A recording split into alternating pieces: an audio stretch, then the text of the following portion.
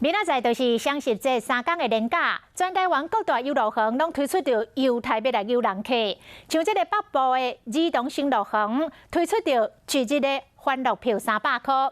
若是你阁是伫10月份生日，另外阁有好康要送互你。若中部剑湖山世界东港的寿车门票只要99块，寿车生日迄天若有1也者是0的数字，另外阁有拍折。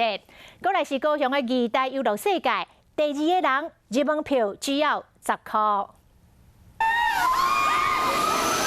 未曾休困，儿童新乐园内面都够闹热，袂输是你睇双十连假生日场。双十连假优惠就要选择平常没有的设施，好好体验一下。300块1日的欢乐票，会使伫乐园内面一票算到底。平常时算一摆爱开80块的热门设施，即马用1日票会使载你算。那为什么放假吗？因为它是双十节。